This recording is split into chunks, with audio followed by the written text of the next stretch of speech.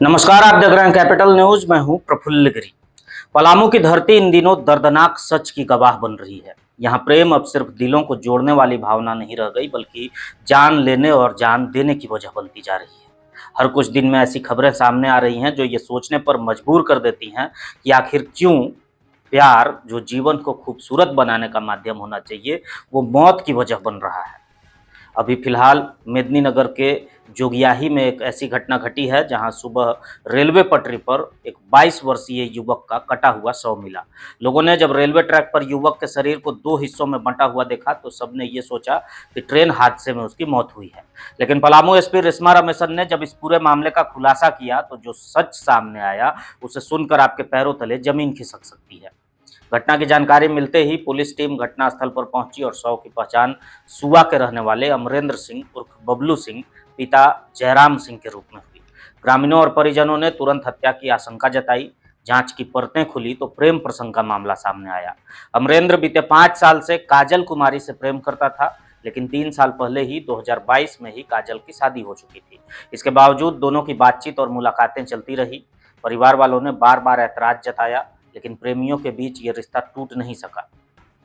रक्षाबंधन पर जब काजल अपने भाई को राखी बांधने मायके आई और कुछ दिनों तक रुक गई, 15 अगस्त को स्कूल में अमरेंद्र से मिली तो दोनों के बीच ये तय हुआ कि रात में मिलेंगे। लेकिन ये मुलाकात अमरेंद्र की आखिरी रात साबित हुई। जैसे ही अमरेंद्र रात को मिलने पहुंचा, काजल के घर वालों को इसकी भनक लग गई थी।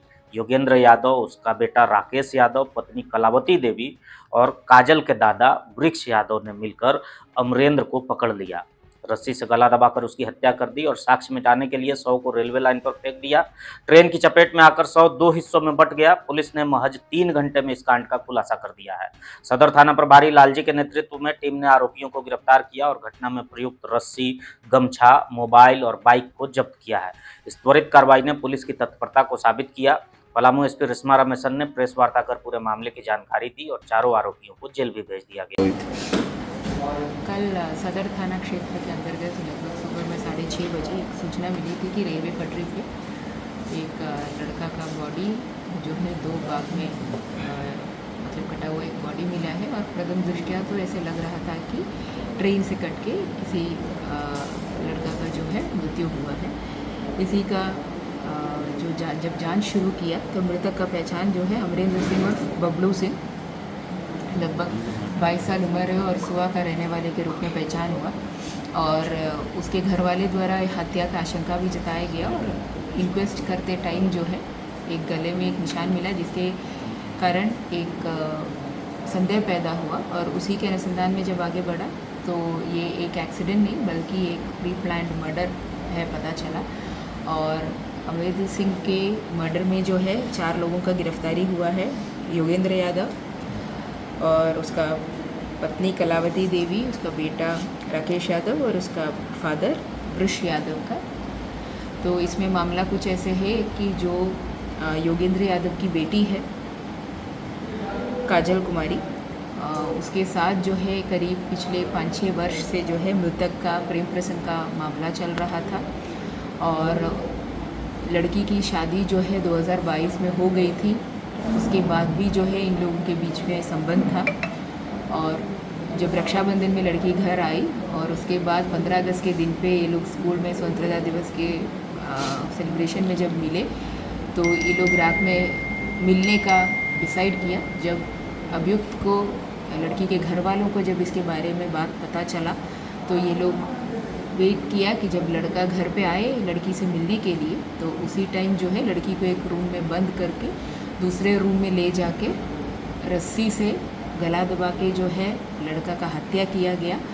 और ये एक नॉर्मल मर्डर ना लगे उसके लिए ये लोग जो है सोच के योगेंद्र यादव और राकेश यादव अपने घर में जो मोटरसाइकिल है उसमें बीच में ये मृतक को बिठा के गमछा से बांध के जो है योगेंद्र यादव गाड़ी चलाया और राकेश यादव पीछे बैठा था।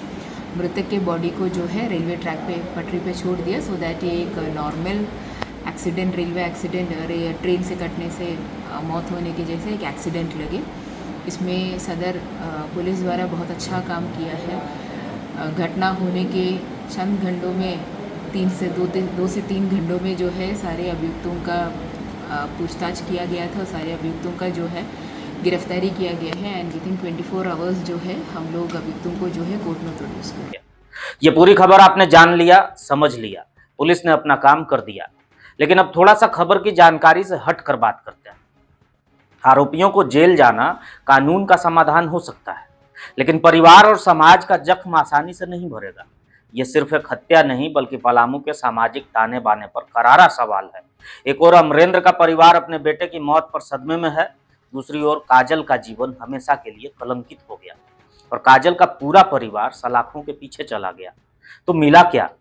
जिस बदनामी और कलंक के डर से काजल के घर वालों ने इस घटना को अंजाम दिया, आखिरकार कलंक से वो बच नहीं सके और ना ही जेल जाने से अपने आप को बचा सके।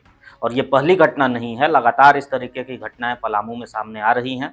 ये घटना हर युवा प्रेमी के लिए चेतावनी है। शादीशुदा रिश्तों में दखल देना या सामाजिक परंपराओं को चुनौती देना मौत तक की नौबत ला सकता है। प्यार अब प्रेम का कम और न्यूज का हेडलाइन या अखबार की सुर्खियां बनते ज्यादा जा रहा है। पलामू में लगातार हो रही इन घटनाओं से सबक लेने की आवश्यकता है और भविष्य में इन घटनाओं की पुनरावृत्ति नहीं हो, इस पर भी पुलिस प्रशासन समेत तमाम राजनीतिक सामाजिक संगठनों को मिलकर मंथन करने की आवश्यकता है, ताकि फिर किसी घर का चिराग ना बुझे, फिर किसी की बेटी कलंकित ना हो और फिर कोई परिवार सलाखों के पीछे ना जाए।